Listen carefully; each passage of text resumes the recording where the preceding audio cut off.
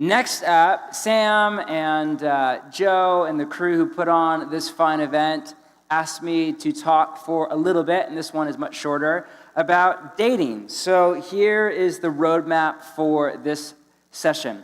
We'll start off with a disclaimer, then a brief history of dating, then a few case studies on maybe how not to date, then a little bit more from the Song of Songs, and then we'll end on the note of discipleship to Jesus. Sound good? Come on, a little. There we go. Well done. You know, that's all right. Great. That's all fake now. But okay, the moment is lost. Okay, to start off, disclaimer. Listen, it is pretty much impossible to teach on dating from the scriptures.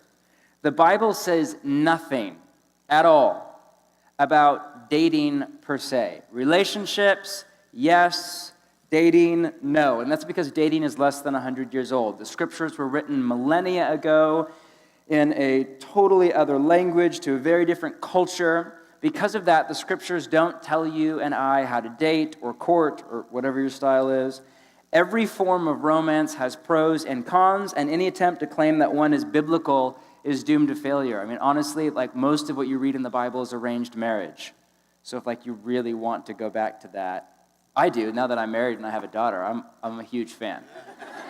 But I'm guessing most of you don't. Although I read a fascinating study not long ago that said that by the 10-year mark, couples in India that were in arranged marriage are far happier than couples in America that married for love.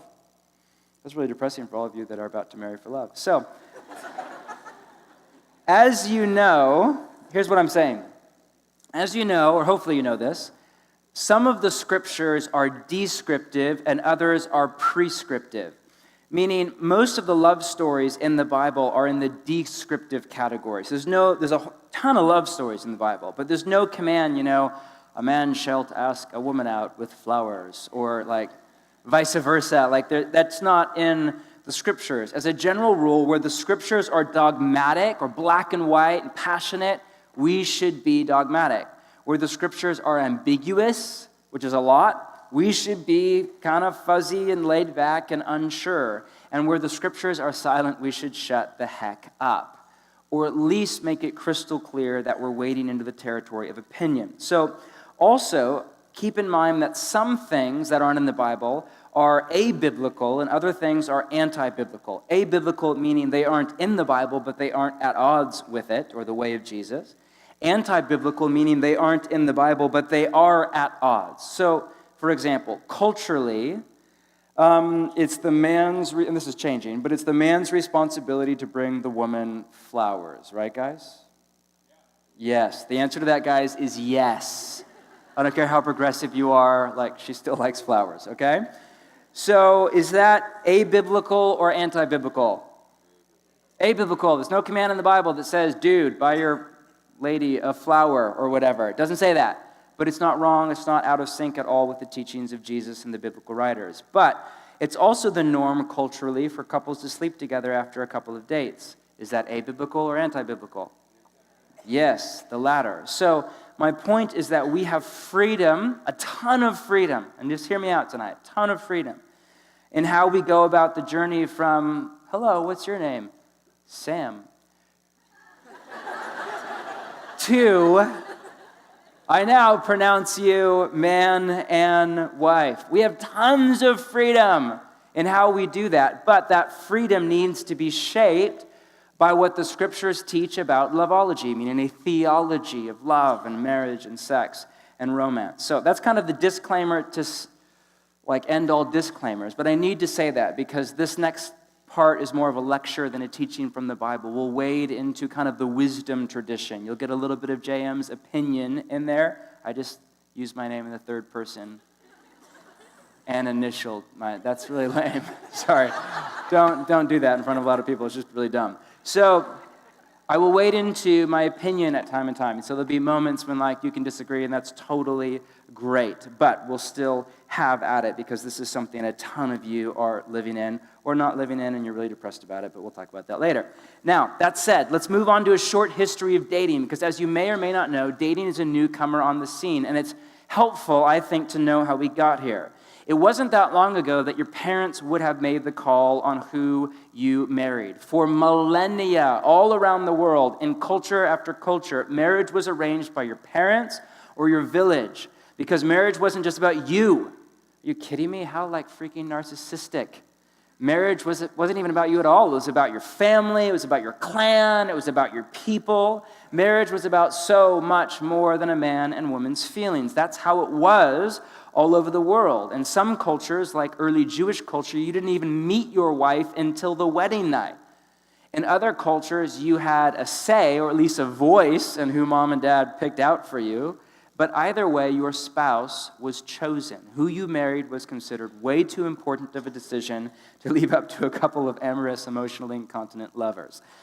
Then, in the Middle Ages, you have the beginning of the chivalry movement. So Don Quixote, knight in shining armor, and this idea of marriage for love. But still, for the most part, at least in the upper classes, marriage was arranged. It wasn't until the 19th century, which is not that long ago, that culture made the shift to what at the time was called calling. Interesting, the woman usually started the process. Come on, sisters. She would let a man know that she was interested, like, hey, come call on me. And then if he wanted, he would come calling on her. The couple would usually spend time in the woman's home, in her parents' home, in the parlor or on the front porch. Nothing was done in secret. The entire relationship was kind of public, in the open. It was on display. The family was still involved in the relationship, but it gave more freedom to the man and the woman to, pick and choose. Now, early in the 20th century, this is not that long ago, people started dating. Early on, that word date was used as slang for getting a prostitute. Over time, it lost its meaning, thankfully. Dating started with the urban poor, in particular in New York City, but as the West urbanized, there were no parlors or front porches, so the couple would go out on the town. Now, with the birth of the entertainment culture, in particular in the 50s, dating spread up the socioeconomic ladder and into culture at large. At this point, romance became disconnected from the family. The family may or may not be involved, but the relationship is now closed off. It's private. It happens at a restaurant or a park or a concert or a bar or a room, a bedroom.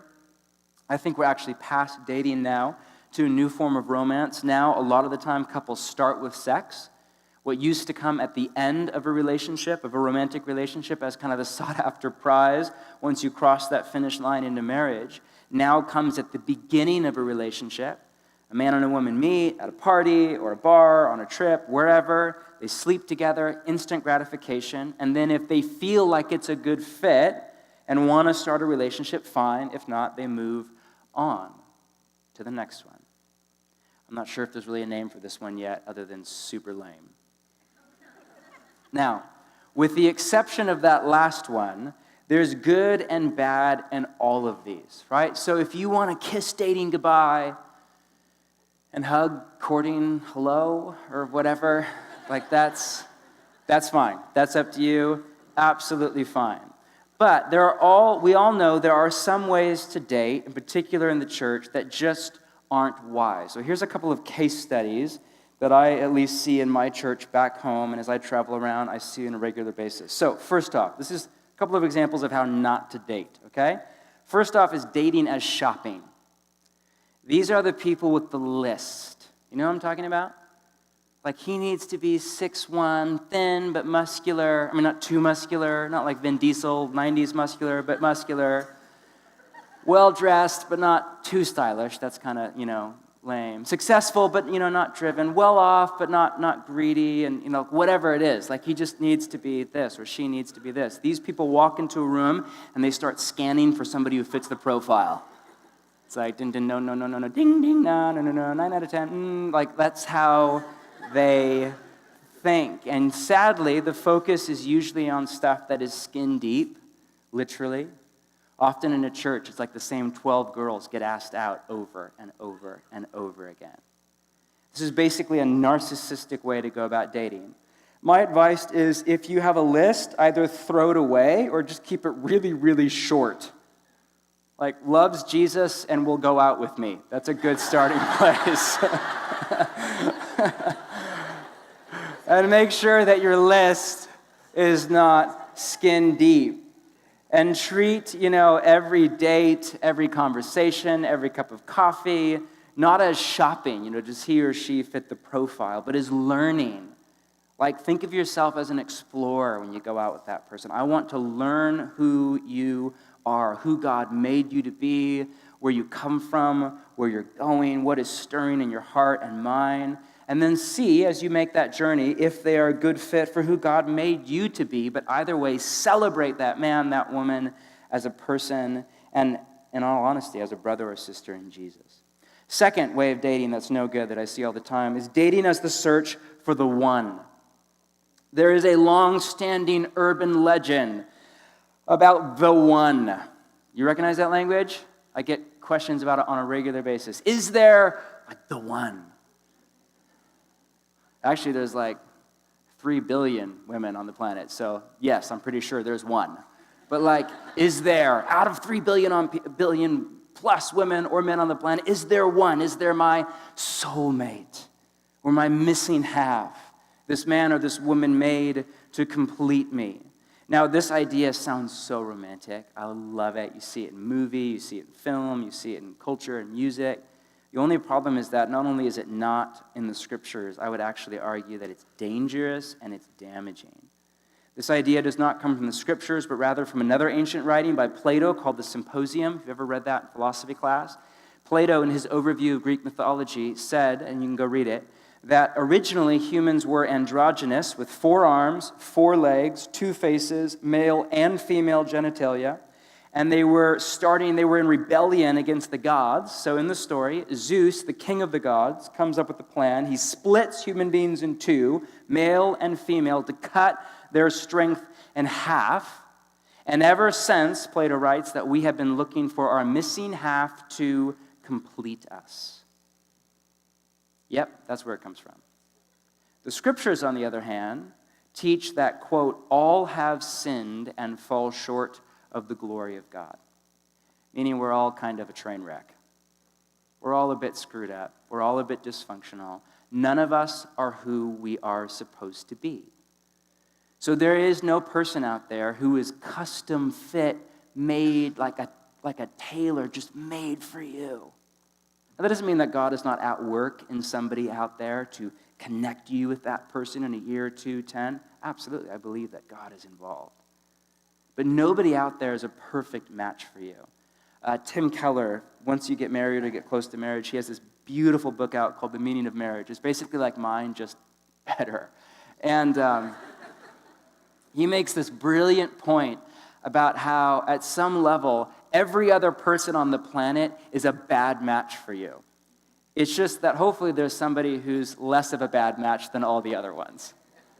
And I know that doesn't sound romantic, but trust me, I have an amazing wife. That is so true. In some way, my wife brings out the best in me, and she also brings out the worst in me. In some ways, it's like our marriage was a match made in heaven. I'm like type A and always stressed out, and I'm getting better at it, but she's like just life of the party, and it's okay, and and then in other ways, it's like our marriage is like a match made in hell. Seriously, it's just like my wife, she's Cuban, she's late for everything. I don't mean that to be racist. If you're from a warm culture, that's great. Just show up on freaking time once in a while. I'm like German, all right? Make me the clock, you know what I mean? Oh my gosh, we're late for everything, you know what I mean? So we drive each other crazy when it comes to this thing called time. So some ways we're a match made in heaven, other ways match made in the other place. That's because my wife is a great fit for me, or a terrible fit for me, just way less terrible than every other woman on the planet. Does it make sense? So, and I don't mean to sound unromantic, I really believe that God is a romantic. He's at work in your story, and he's hopefully shaping you to be the kind of person to come together with this man or this woman for this future. I absolutely believe that. But nobody out there is the one. Nobody out there is perfect. Nobody out there will make you happy. If you're not happy now, you won't be happy married. If you're not happy single, you won't be happy with a husband, with a wife, with 2 or 3 kids. Trust me. Because that's not where happiness is found. That's great stuff. I have it. It's beautiful. But that's not happiness. Happiness is the kingdom of God, the life of Jesus. As the writer Paul said, the kingdom of God is love and joy and peace in the Holy Spirit. That's it. Third, moving on, here's the other way of dating I see that's unhealthy, and it's dating as like what I would call Moses and the burning bush. Here's what I mean. These are people who take dating, not to sound like weird, but way too seriously. And what that looks like in the church, that means they like pray and fast and wait on God for a year, like, God, should I talk to this girl or not? Now listen, I'm all for prayer. I'm all for fasting. I'm a charismatic. I'm like, listen to God. I believe God speaks, not just in the Bible. I'm there, all right? But really, you don't need to pray and fast. Just say, do you want to have a cup of coffee? That's not sin. Like, you have freedom. And what happens is people pray and fast and wait, and finally they have that moment. God's like, yes, ask her out. And so they're like, all right, great. I'm ready to marry you. And you're like, wait, what's your last name again? I don't even know. So, and this is the whole, people just get weird. And then, 3 months in, people are like, God told me not to date you anymore. Like, wait a minute, but God said, like, I was your wife, and now God told me not to, or this is the worst. Listen, I don't know if this is just a Bridgetown thing. If you break up with somebody, that's fine. Don't say, I just don't have peace about it. I don't have peace about it? You mean you're passive-aggressive and you don't know how to deal with conflict? Is that, because that's what that means. That's what that means. Like, just don't, whatever. Like, man up or woman up, talk, language, words. I don't have peace about it. Doesn't cut it. My advice is, listen, and I'm a huge fan of prayer and fasting and Jesus, and I believe he's involved, but you don't need a hyper-spiritualized dating. And then last is dating as hanging out. This is basically the exact opposite. This is when people would treat dating kind of like goofing off and no more. So all the time there'll be a couple in our church, or maybe a couple, I don't know.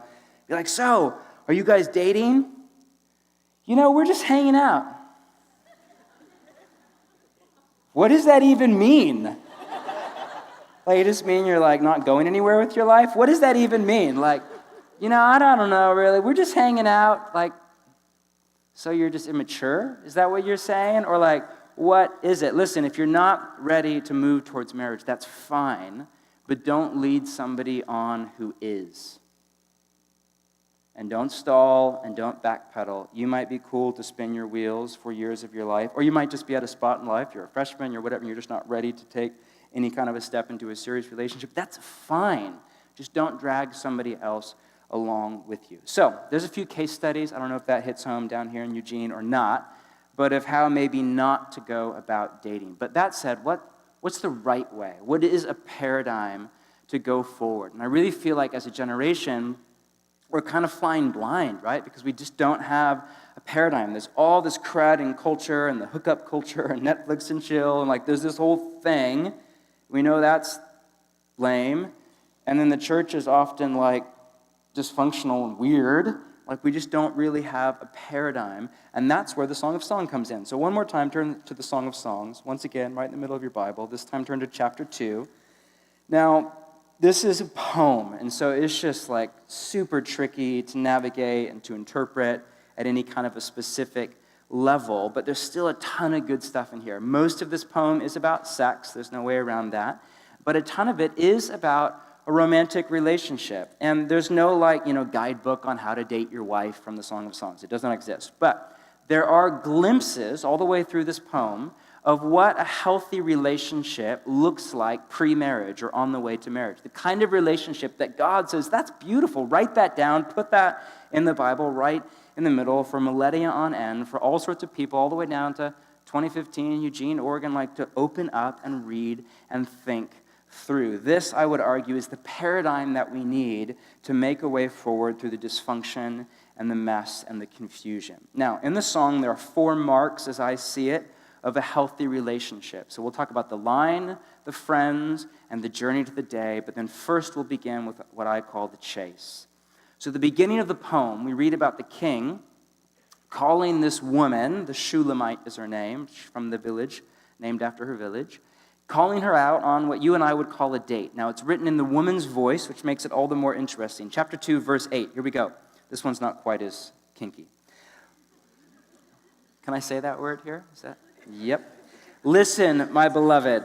Look, here he comes. Here's my man. Leaping across the mountains, bounding over the hills. My beloved is like a gazelle or a young stag. Just somebody say that to Sam before the night's over, okay? That's all. Just memorize that really fast and see how it goes. Look, there he stands behind our wall, gazing through the windows, peering through the lattice. He's there. He's at the front door. Are you home?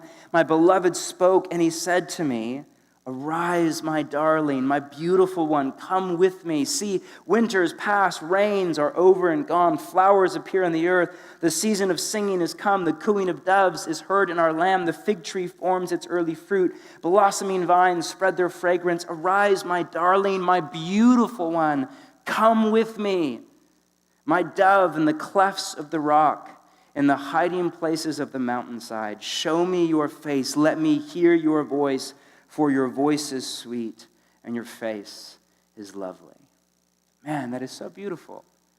This opening story of springtime love is a vivid picture of this man chasing after this woman. He comes to her, the young stag that he is, and the first words on his lips are, arise, my beautiful one, my darling, come with me. In fact, he says it twice, once at the beginning and then once at the end of the poem. He's wooing this woman. He's calling her away. And I would argue this is the man's job in particular. There's an interplay for sure between a man and a woman, but this is the man's job, to chase, to pursue, to draw a woman out of hiding and into a relationship. I love that line at the end. In the clefts of the rock, in the hiding places on the mountainside, show me your face, let me hear your voice is sweet, your face is lovely. The idea is that she's scared, she's insecure, and he's coaxing out, this is a safe place, I love you, you're beautiful, you're safe here, come out, be in relationship with me. But it's not like the Shulamite is passive in the chase, right? She's anything but old-fashioned. She's not shy. She's the one who speaks the most all through the poem. In the opening stanza of the book, she says, take me away, let us hurry. That's kind of awesome. So she wants the man to call on her and take her away. She lets the king, clearly lets this guy know that she's waiting, that she wants him to come and knock on her door and, in today's language, take her out.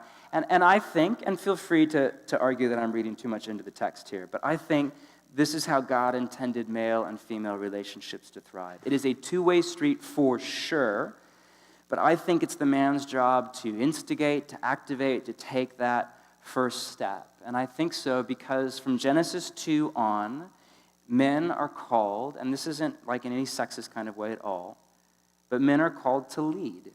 And lead does not mean domineer or boss around or any of that stuff. It just means that Adam is first on the ground in Eden.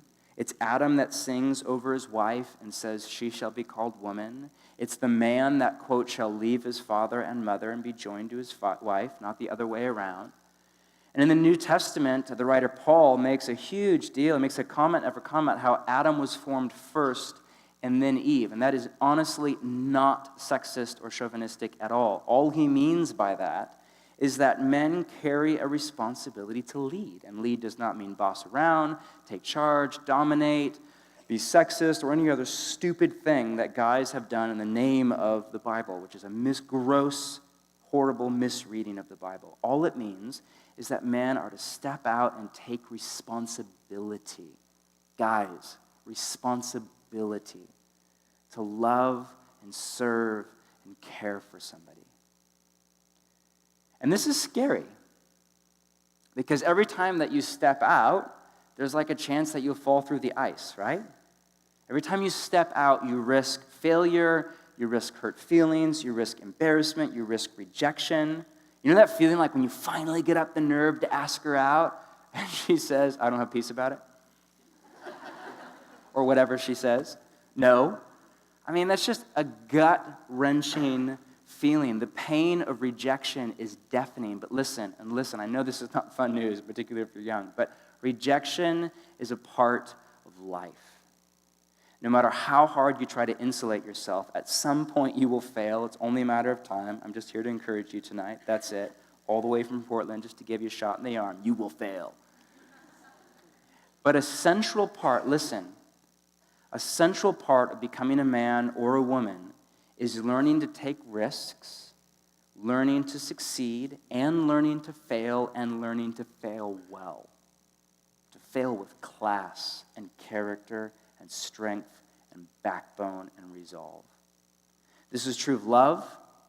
It's also true of education, your career, the gospel, all of life. If we aren't willing to take risks, we will never grow beyond an impoverished, starved version of ourselves, of who we could have been but never became. I have 3 kids. I know you can't believe it because I look like I'm 22. But I have 3 kids, Jude, Moses, and Sunday. The mantra of modern-day parenting can be summed up with 2 words: be careful. Go to a park for 10 minutes and you will hear it over and over. Be careful, be careful, be careful, be careful, watch out. So I work really hard to never say that to my kids, especially to my boys. I prefer the phrase like, you can do it. Go for it. Don't kill yourself, but go for it. You got it. Maybe that's irresponsible on my part. In fact, it probably is irresponsible on my part. I'm a young dad. Like, give me a little grace, all right? But I'm not scared of Jude falling out of a tree and breaking his leg. Don't want that to happen, but I'm not scared of that. Legs heal. I'm scared to death of Jude growing up to become the kind of man who's scared to climb a tree. That's a lot harder to fix. One of the most disheartening traits in a man in particular, but in a man or a woman, is cowardice. Cowardice is actually in the list of sins in the New Testament. That's one we don't talk about a lot. We talk about greed, we talk about sexual immorality, we talk about anger or murder. Do you realize that cowardice is on that list usually? Fear. Man, as followers of Jesus, male or female, we are called to live by faith. And here's the beauty of the gospel of Jesus. Jesus gives you and I the freedom to fail. Because no matter what happens, whether you are a raging success or a horrible failure, you, either way, are loved. Whether she says yes, or I don't have peace about it. Whether he says, will you marry me, or I don't think we're a good fit.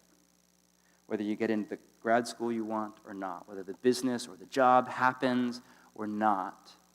Whether you get the person of your dreams or the job of your dreams or the house of your dreams or not, either way, our self-worth doesn't come from any of that.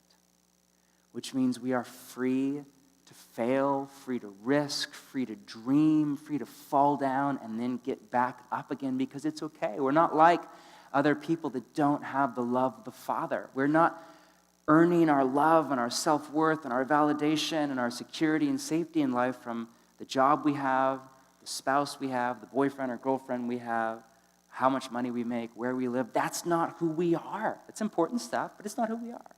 We're loved. And that gives you and I the freedom to dream and to live. So love is a chase, and it starts when a man says to a woman, come away, because the woman already said, come, let us hurry. Secondly, here's the next idea if you're taking notes, is what I would call the line. So we already read earlier that the Shulamite, the woman in the story, is a sealed fountain, or she's a virgin on her wedding night. But that doesn't mean that she isn't sexualized. In fact, in the poem, she is by far the more sexual of the two. So post-Victorian era, some of you know this from sociology class, the stereotype is that men are hypersexual and women are not. Historically, it has been actually the opposite. All ancient culture, it was the women who were far more sexualized than the men, and that is very much true here in the Song of Songs. All through the song, there is this beautiful refrain, this chorus in today's language, that the woman keeps coming back to. Here's the first one. In chapter 2, look at verse 6. She writes this, his left arm is under my head, and his right arm embraces me. This is an imagery of foreplay. Daughters of Jerusalem, I charge you, by the gazelles and by the does of the field, do not arouse or awaken love until it so desires. So this is racy and erotic and beautiful poetry about foreplay between a husband and a wife. She is deeply enjoying sex with her husband. She loves it.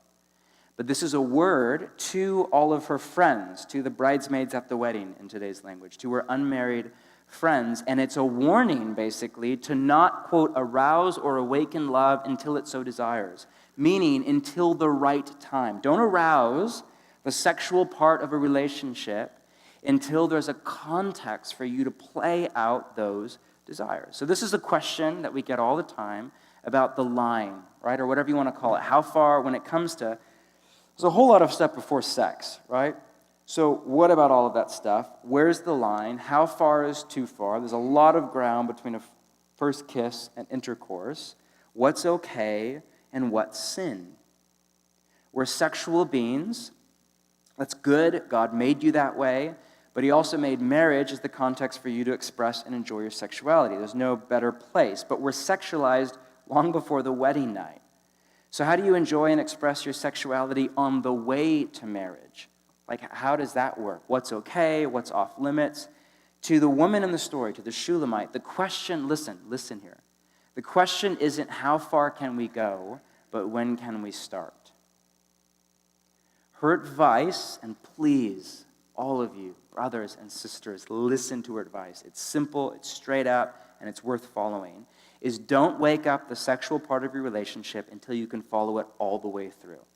That means don't go anywhere near the line until your wedding day. She says this not once, but twice, but 3 times if you read through the song in its entirety, at the beginning, at the middle, and at the end of the poem.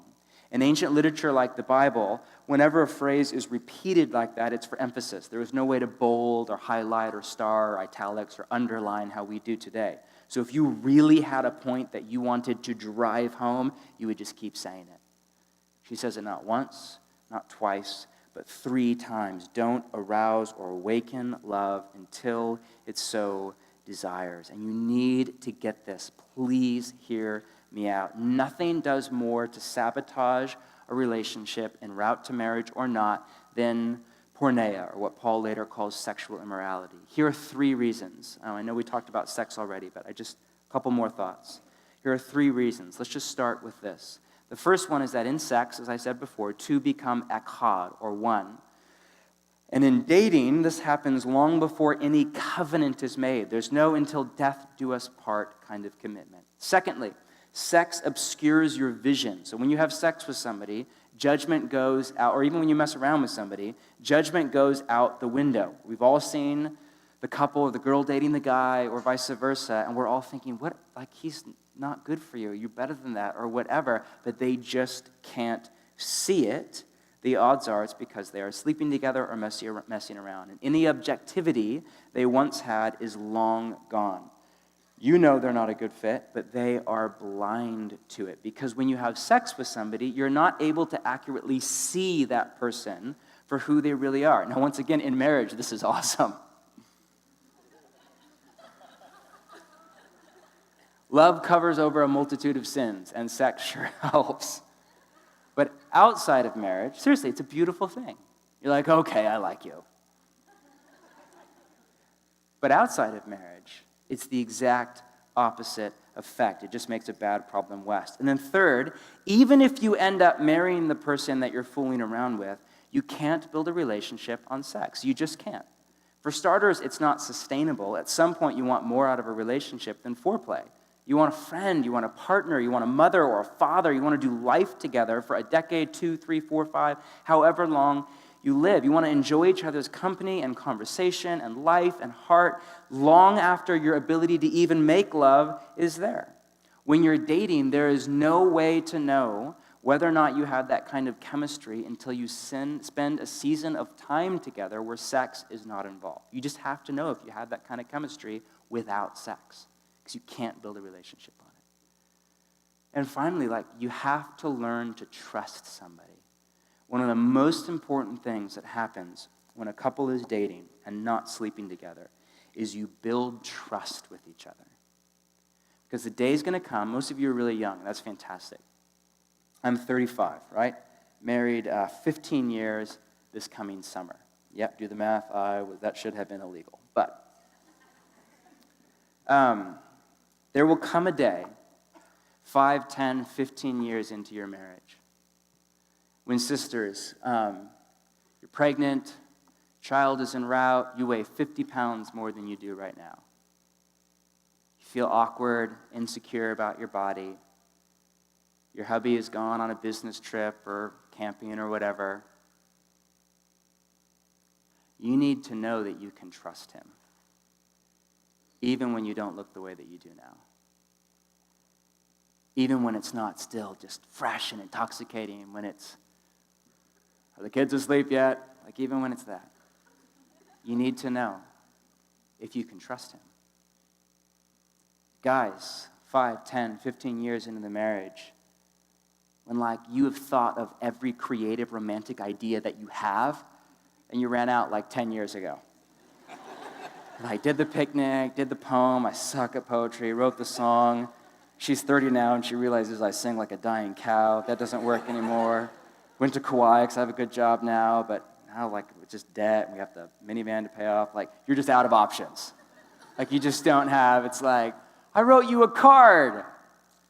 Awesome, that's number 397. Like, it just doesn't have the same luster that it used to have, you know? And women crave romance, especially in our culture. Romance is to women what pornography is to men.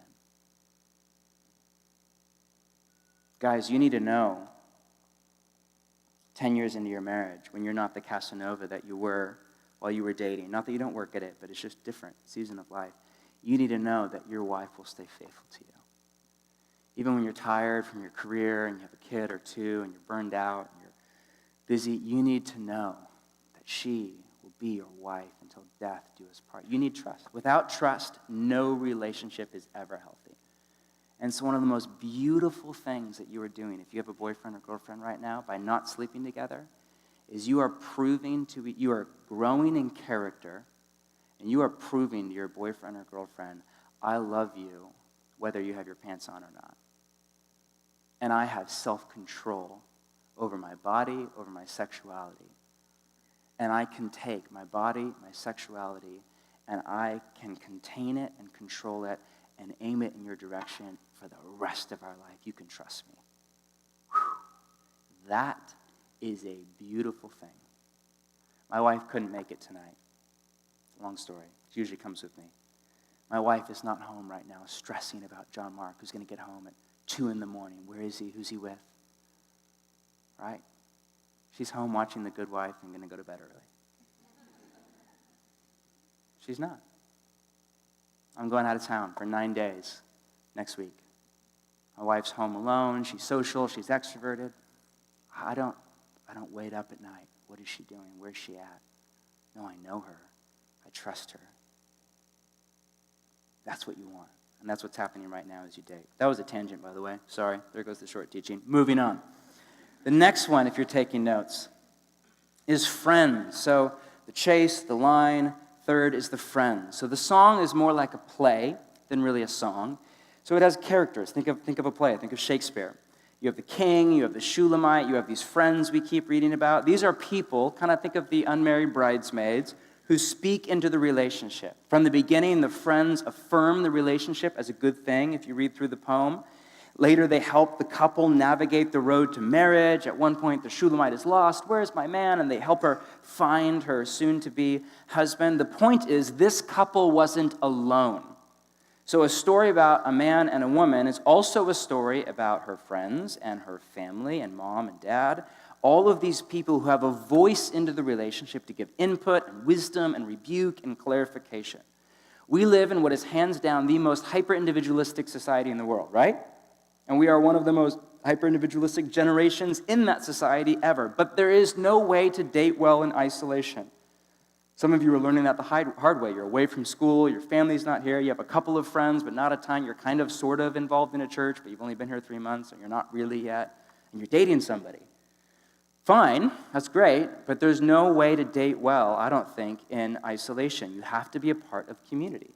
We're at the first time in human history, at least in Western human history, where dating is kind of unlinked from family and friends. I mean, how often do we all see a couple get together, and then at my church we call it hibernation, like they just disappear.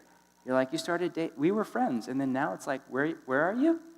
And then about 10, 11, 12 months later, you get a text. Hey man, will you be in my wedding? I love you, you're my best man.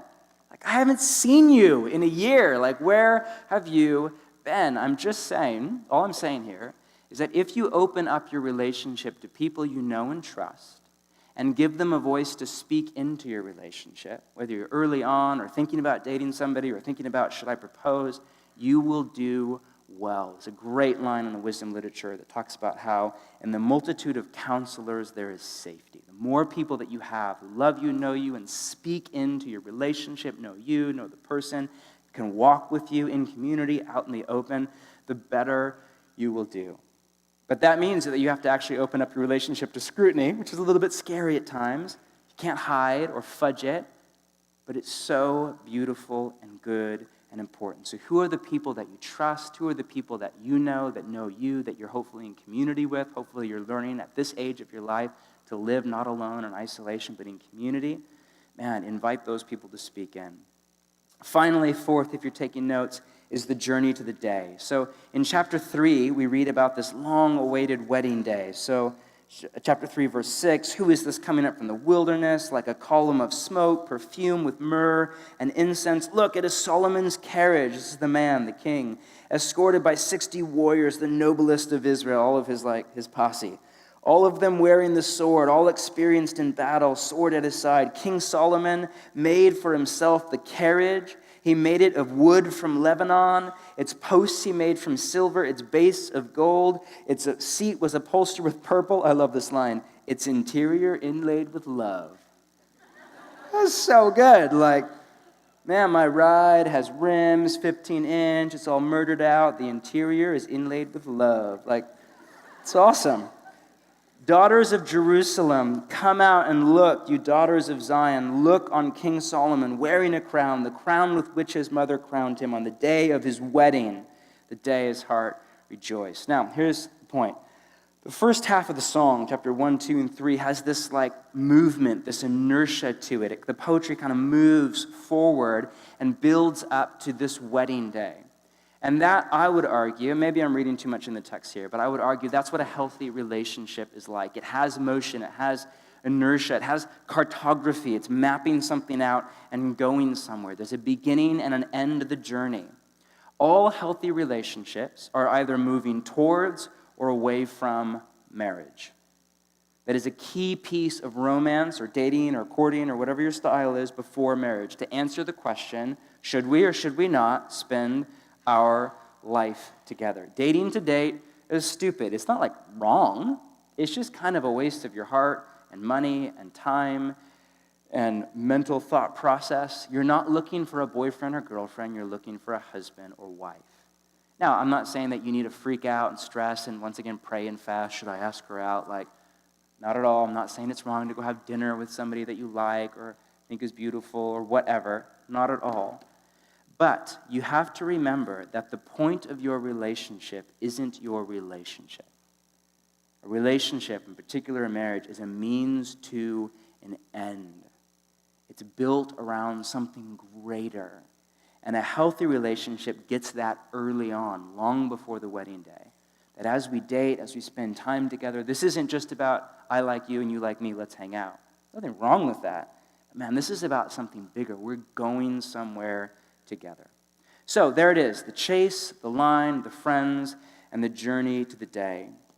Now, all of these are more of a compass than a map, right? It's not a list of do's and don'ts. That's just a trajectory. Hopefully that's helpful for you. Maybe it's not. We'll deal with questions in just a couple of minutes and get into all of it. In closing, there's this great parable of Jesus. And what is hands down my favorite part of the Bible, it's called the Sermon on the Mount, Matthew 5, 6, and 7. I think it's the most important passage in the entire New Testament, in my opinion. Beautiful writing.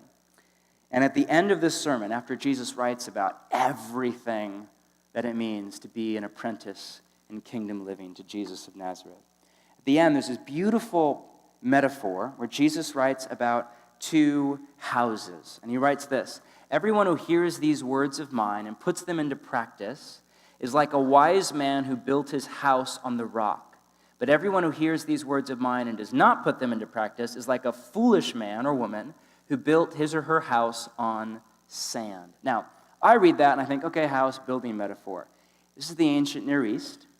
So a house was a metaphor, really a euphemism for your family, your life, your marriage, your children, your career. All of that was called your house.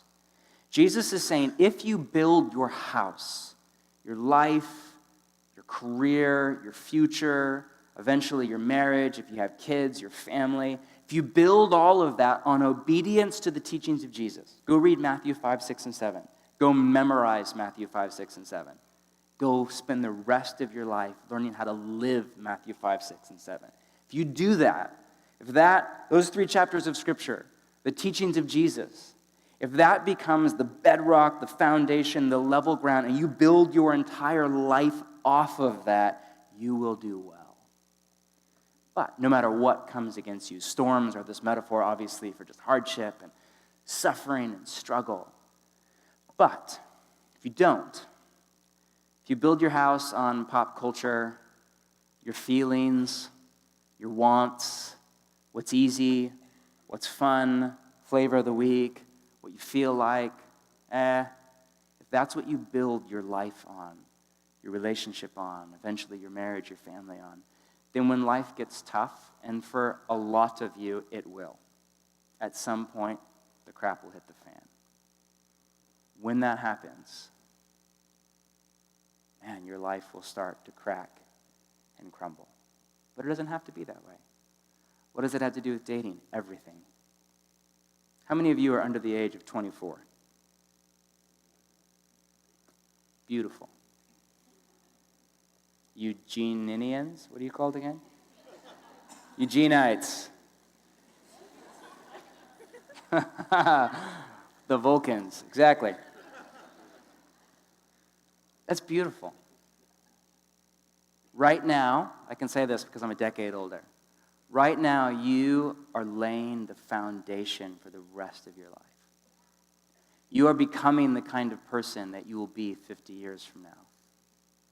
You are learning the habits, the character, the value set, the theology, the ethics, the work ethic, lack thereof, the vision. You're learning your identity. You're learning your calling, figuring out what God made you to do. It's a beautiful, scary, frustrating, amazing time of life. These aren't the best years of your life, by the way. It gets better. Right now, if you're dating somebody, you're laying a foundation. And I just want to end by saying, what will you build that relationship on? What will you build the foundation of your life upon? If you build your relationship, the foundation of that relationship and of your life as a whole on obedience to Jesus of Nazareth and the teachings of Jesus, whether you like them yet or not, and you will grow to like them, but we don't all start there.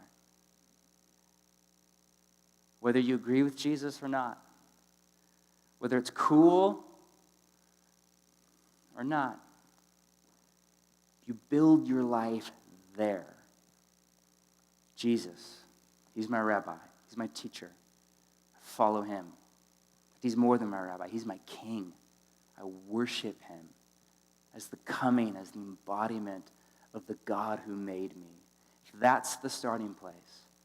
And every day you wake up, and basically every day is the same, whether you go to work, class, summer break, on a date, to the library, really it's all about following Jesus.